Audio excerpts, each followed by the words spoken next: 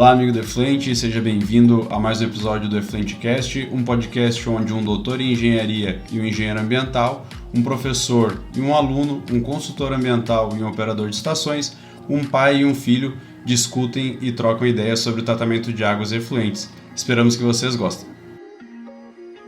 Olá, amigo do Efluente, tudo bem? Voltamos aqui com a nossa sequência sobre tratamentos físicos. Já conversamos aí sobre gradeamento, peneiramento, caixa de areia, caixa separadora de água e óleo, e agora a gente vai conversar sobre sedimentação. É um tratamento físico extremamente importante e presente em quase todas as estações. Então, é isso aí. Sedimentação, de novo, como uma boa parte dos tratamentos físicos, tirando a flotação, que é então um equipamento mais complexo, né, um sistema mais complexo, a sedimentação é tão importante quanto a flotação, só que bem mais simples. Então, quando a gente fala em sedimentação, de novo, a gente vai estar olhando do mesmo princípio que a gente falou de caixa separadora, água-óleo, que a gente falou de um princípio da separação na caixa de areia. É a mesma coisa, né? A gente está lidando com uma diferença de densidade, obviamente no caso da caixa separadora água-óleo, muito mais para flotação, né? Então, que a gente está tendo um movimento ascendente e dos demais um movimento descendente. Aí eu posso ter desde um sólido sedimentário, então tipicamente separado na caixa de areia, mas que eu também posso separar num sedimentador, né, num decantador, desculpa. Né, tem a diferença entre, normalmente a gente fala decantador, né, o equipamento e sedimentação, então o processo. Né? Então quando a gente olha para o decantador, ele então pode separar um sólido sedimentário? Pode, mas a função do decantador é o quê? É buscar a separação de sólidos suspensos. Então já um outro tipo de material, então quase sempre um sólido volátil, então associado a material orgânico, está suspenso, e eu então vou precisar de um pouco mais de tempo, um pouco mais de critérios para poder fazer essa separação dentro de um decantador. Então onde que a gente pode utilizar? Ele pode ser utilizado separadamente, um decantador, por exemplo, antes de um sistema biológico, um ASB, um reator, ou mesmo uma lagoa. Quase sempre quando a gente tem sistema de lagoas, a gente não vai usar a decantação, porque o próprio sistema de lagoas vai fazer a decantação e a digestão desse material. Mas sistemas mais complexos como o ASB, por exemplo, ou lodos ativados, eu vou precisar ter um decantador antes. Então eu tenho só um sistema de decantação. Né? Eu tenho que outro processo a gente pode pensar, mesmo no sistema de lavação de carros, mesmo esses sistemas que a gente já conversou, eu posso ter sim uma separação de sólidos antes para melhorar, né? Porque quase sempre depois eu tenho um processo que vai mexer com a remoção de material solúvel. Então, e aí que a gente fala solúvel, assim, não tem nenhum sólido suspenso após um decantador. Não, tem sólido suspenso, né? Até 200, 300 miligramas, cada estação pode ter o seu limite. Aqui não tem algo categórico, vou dizer assim, desta forma, né? É diferente quando a gente fala de uma caixa de areia, tem que ter menor do que mais do que isso está complicado. Mas todo o material que tu verifica, todo o decantador que tu verifica que está arrastando sólidos, de novo, esse decantador está sobrecarregado, ele está sem o descarte de material decantado, né? Ou está com uma taxa de aplicação muito alta. Então, eu posso ter esse problema. Mas pode estar associado também a uma questão do material que deveria sedimentar e não sedimentou. Pode. Ou isso também vai ter a ver com... Pode. E como que isso vai ter essa relação aí? Quando eu tenho um sólido que tem uma velocidade de sedimentação que é inferior àquela que a minha taxa de aplicação é capaz de remover. Então, vamos trinchar isso um pouquinho.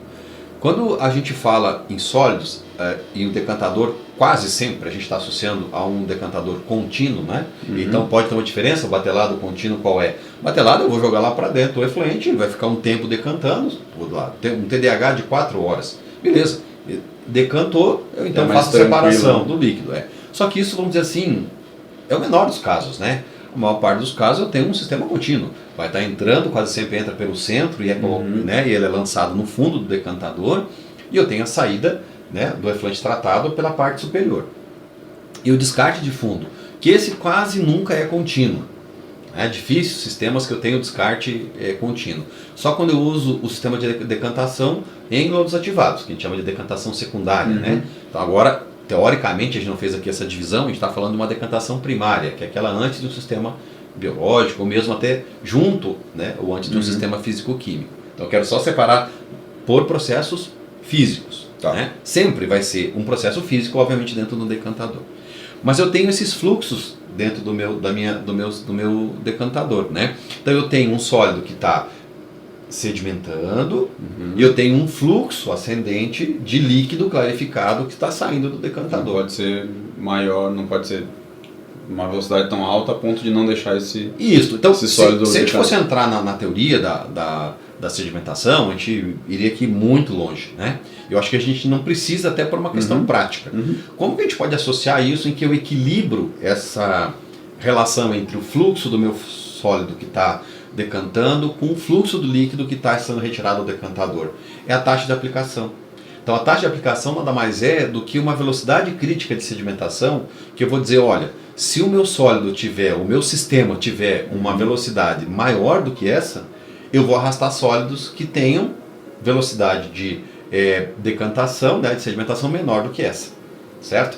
Então, e essa taxa ela é padronizada? Sim, Vou dizer assim, padronizada, vamos botar aqui entre aspas, né? Ela tem referência teórica para cada teórica, sim. Que seria mais ou menos quanto? Quando a gente fala de um sólido mais pesado, um decantador primário, né? A gente vai aí até 30 metros cúbicos, metros quadrados por dia, né? Isso aí daria uma taxa de aplicação por hora um pouquinho maior do que um em alguma coisa. Então, para decantação primária, né? Os sólidos então no início da estação de tratamento, essa seria uma taxa de aplicação máxima, vamos dizer assim, que a gente poderia colocar. Já quando a gente vai trabalhar com sólidos mais leves, por exemplo, quando eu uso um decantador primário, que a gente chama, o principal é o Dortmund, que é o decantador vertical, né? Para a separação de lodos ativados, ou de lodos biológicos de forma geral, o lodo ele é mais leve, né? Então, quando eu vou fazer essa separação, a minha taxa de aplicação, então, ou seja, a capacidade que o meu decantador tem de suportar uma determinada vazão, ela é menor, porque esse sólido é mais leve. Então, a minha taxa de aplicação tem que ser menor. Para uma mesma vazão, o que significa? A diferença do decantador primário para um secundário. O meu primário vai ser um pouco menor do que o meu secundário, para a mesma vazão. Tá? Tem que sempre cuidar que a nossa referência é a vazão. Por quê? A taxa de aplicação vai passar de 1,2, 1,3 para 0,75 até 1 no máximo. Tá? 1 é o limite. Bem significativo. 1 é o limite. Tá? Então o que significa? Para a mesma vazão, decantadores usados para sistemas secundários, para separar lodo biológico, na maioria das vezes, ele vai ter que ser o decantador maior. Ele vai ter que ter mais área. Se tu percebe que, se eu tenho vazão, né, a taxa de aplicação sempre é a vazão por área. Então, quando eu escolho uma taxa de aplicação e eu tenho uma vazão, a minha variável no projeto vai ser a área. Né? O restante são questões práticas do decantador. Quase sempre uma altura dificilmente menor do que 3 metros. Eu não vou sugerir nunca uma decantação menor do que 3 metros. Né? É o ideal. Porque esse processo de sedimentação, nos Dortmund isso é um pouquinho prejudicado. Né? Mas nos decantadores que são em estações de tratamento de água, por exemplo, né? Que são os retangulares, eu tenho um caminho, que é um caminho da minha partícula. Então ela vai fazer este caminho descendente. E quando eu tenho uma altura muito pequena, o meu fluxo acaba atrapalhando esse processo de decantação. E eu acabo mexendo no meu material de fundo. Né? A mesma coisa num circular, né? Num decantador Dortmund, por exemplo, vertical, que eu tenho, se eu tenho uma altura muito pequena, a minha massa de sólidos fica próxima da minha saída, então fazer um arraste é muito mais fácil. Né? Então 2,5 metros, 3 metros era o ideal que a gente tenha, fora a parte cônica, né? No caso dos verticais, onde eu tenho a separação do sólido. Então ali eu tenho que ter essa minha altura para garantir que o meu sólido que está decantado não vá se misturar. Né? Além da questão principal, que é o fluxo. Tá? Então a gente tem que olhar para tudo isso. Né? Então essa questão da área, eu tenho lá, vou botar 1 metro cúbico, metro quadrado por hora. Então se eu tiver uma vazão de 1 metro cúbico por hora, significa que a minha área do meu decantador é 1 metro quadrado. É isso que eu estou querendo buscar. Então quando eu faço a taxa, eu limito isso. Bom, daí eu tenho uma altura e isso vai me dar um TDAH. Né? Então meu TDAH é uma resposta dessa variável de taxa, em que eu tenho taxa de aplicação, que vai me dar área, mais uma altura mínima, vamos dizer assim, que eu posso variar um pouco, para não ter um TDAH muito alto, né? Enfim, não ficar... É ruim os TDAHs muito altos, porque eu posso ter um sólido que fica muito tempo dentro do meu decantador, isso pode causar outros tipos de problema. Geração de gás, né?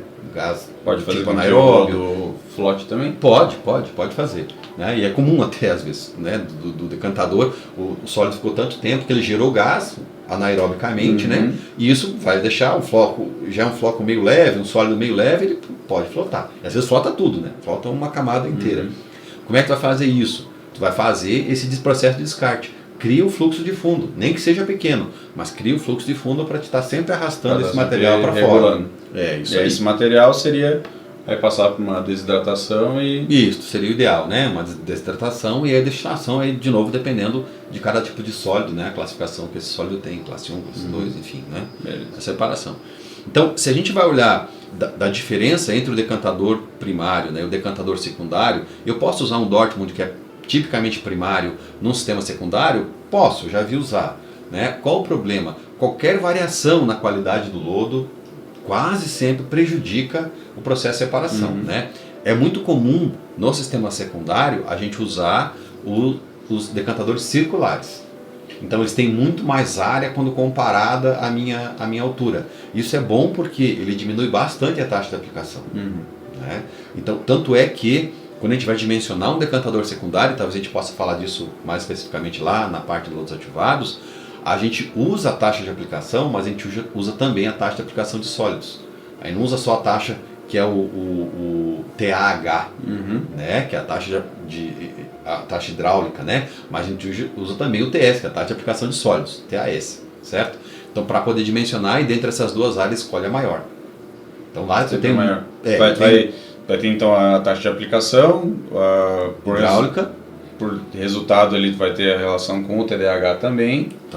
E aí depois disso que tu vai trabalhar essas duas relações para saber qual da sequência. Isso aí. E aí assim, eu estou com um problema no meu decantador, seja ela qual for.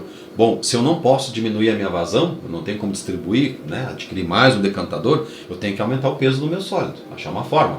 Talvez mudar a minha quantidade de coagulantes que eu estou usando, né, se for aplicado, a gente nem falou, né, mas o decantador primário, por exemplo, é muito utilizado junto então, com os sistemas físico-químicos anteriores, né? Coagulação, floculação, nós vamos falar disso mais para frente no episódio separado, mas eu vou criar um floco que vai então ter capacidade, ou decantar, ou flotar, aí depende do que a gente vai fazer, né?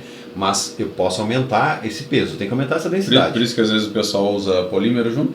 Muitas vezes o polímero pode, dependendo do tipo de polímero e como é que é a carga desse polímero, para você criar um sólido um pouco mais denso, então, mas quase sempre o polímero é utilizado para você criar um sólido mais leve, que tem a capacidade de agrega muito mais, né, e aí quase sempre para sistemas de flotação, onde eu tenho muito mais agitação, eu tenho um ambiente muito mais difícil de fazer a separação, o sólido pode desagregar, né, especialmente aqueles que vieram no processo de coagulação e floculação.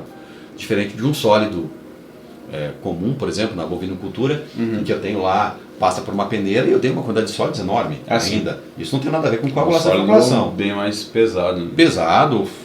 São flocos diferentes, né? São de origem diferente. Isso aí. Então vai depender, né? Então se eu tenho um sólido que não está vindo de um processo de coagulação e floculação, tanto faz, flotação, né? Daí de novo vai depender da densidade ou a diferença da densidade entre esse sólido e o líquido, né? Se ele vai flotar, ou se é mais interessante ele decantar, né? Quanto mais próximo da água, a densidade desse sólido, melhor a flotação, né? Quanto mais longe, melhor a decantação. Então, se está acontecendo algum problema na tua decantação, observa isso. Não está tendo um fluxo maior do que tu tinha programado, o teu sólido não está com algum tipo de problema, que ele está muito leve, por isso então não está sendo separado. Então, olha para isso. Como é que a gente vai olhar a eficiência do decantador? Sólidos suspensos, totais. Olha para os sólidos suspensos totais e verifica. Entrada e saída, eu tenho que ter uma boa remoção. Né? Pelo menos aí 50%, 60% de remoção, 70% se for da entrada do decantador para a saída. Se eu estou falando em lodos ativados, talvez 90% para cima de eficiência. Tá? Porque todo sólido que eu estou perdendo, lembra que eu estou perdendo DBO, estou levando junto, né? Nitrogênio, fósforo, como a gente já viu em muitas estações, que todo sólido separado leva junto o fósforo. Tá? Então todo esse material vai estar junto, né, nesse meu sólido. Então, se é um sistema secundário, eu tenho que quase que zerar a quantidade de sólido suspenso que eu tenho no final. Vai ter que estar abaixo da legislação, quase sempre abaixo de 120 miligramas. Né? Mas se é um primário, não, eu posso ter qualquer coisa depois que vai me ajudar a remover ou a degradar esse sólido. Né? Depende do que eu tenho depois. Não, beleza. Quer complementar com alguma coisa? Eu acho que tá tranquilo, né? E de novo, do ponto de vista básico, eu acredito que a gente passou a essência. Tá, e aí, só estava lembrando aqui, essa parte, por exemplo, da taxa de aplicação com o TDAH, com a relação do que tu falou ali, para chegar no resultado final e escolher a área, é a mesma para quando a gente vai fazer, por exemplo, um decantador para água? O sistema de tratamento de água? Não, o sistema de tratamento de água a gente usa a taxa de aplicação. A sedimentação em si seria a mesma, só que a taxa de aplicação que a gente vai usar vai ser diferente, porque tem um floco. A diferença é que o floco na água, quase sempre, né, quando a gente usa decantação, ele é um floco bem mais leve, é um floco menor, bem mais sensível ao processo de qualquer tipo de cisalhamento. Eu vou quebrar esse floco e então tenho dificuldade de separar. E como quase sempre eu tenho uma produção muito alta, né, as vazões são altas, qualquer floco que eu arraste num decantador de uma ETA, eu vou causar um problema muito grande no filtro, né? Quase sempre, e aí é um problema gigantesco, né, que eu tenho. Então, dentro da ETA, eu uso a taxa de aplicação, e aí só que lá eu tenho mais elementos, porque se eu tenho um floco que foi criado a partir de um sulfato de alumínio, se ele for um floco que foi criado através de um PAC ou de um tanino, eu tenho velocidades mais específicas que eu conheço bem, porque é, né, muito mais conhecido o tratamento de água, porque em função dos diferentes tratamentos de efluentes, né, cada efluente é quase um tipo, água a gente pode generalizar, né? Um pouquinho mais. Eu tenho mais informações, então essa velocidade de sedimentação é muito mais clara para mim. E eu tenho uma outra relação que eu uso, que é entre a área transversal, né, a área de entrada do decantador, em relação à área superficial que eu obtenho através da taxa. Então a taxa me dá a área superficial. E eu tenho alguns elementos que me permitem avaliar se eu não estou criando uma velocidade longitudinal muito grande, que é essa relação entre a área transversal do decantador, que tem a ver com a largura, que eu obtive a partir da taxa de aplicação superficial, né, ou a velocidade de sedimentação, que é a mesma coisa, e a altura do decantador, onde a gente recomenda no mínimo a altura lá entre 3 a 5 metros, né? Então eu vou escolher uma altura e aí então eu tenho essa taxa. Então essa minha escolha me permite avaliar se a velocidade longitudinal não está muito alta. Então eu crio mais um elemento aí dentro. A diferença é que eu tenho mais informações da água para poder ser mais assertivo na qual velocidade eu vou escolher para dimensionar a minha área do meu decantador através da taxa de aplicação superficial, com certeza. Não, perfeito. E só adiantando, pessoal, na nossa terceira temporada, onde a gente vai falar com especialistas, a gente já está conversando, está quase fechado, a gente vai conversar com um fornecedor de decantadores específicos para água, né? Então a gente provavelmente vai ter um episódio bem mais nichado nisso, só para dar uma adiantada. Beleza? Então acho que podemos finalizar essa parte. Era isso. De sedimentação. De novo, se sentiu falta de alguma coisa ou tu quer uma explicação um pouco mais detalhada sobre o que a gente falou de taxa de aplicação, decantadores, diferença entre um e outro, por favor, só deixar aqui nos comentários, se estiver pelo YouTube. Se não, pode mandar mensagem no LinkedIn, pode mandar mensagem no Instagram também, que a gente vai estar preparando um conteúdo mais específico, se for o caso. Beleza? Valeu, até a próxima. Vamos falando aí. Grande abraço. Valeu. Fala, amigo do Efluente, chegamos ao final de mais um episódio do Efluente Cast. Se tu gostou, por favor, deixa aqui o teu like. Se tu não gostou, deixa aqui a tua sugestão para que a gente possa aprimorar cada vez mais os nossos episódios. E por favor, não esquece de compartilhar esse episódio com o teu chefe, teu colega, um ex-colega de faculdade, alguém que possa também apreciar o conteúdo que a gente tem a oferecer, beleza? Até a próxima, um abraço!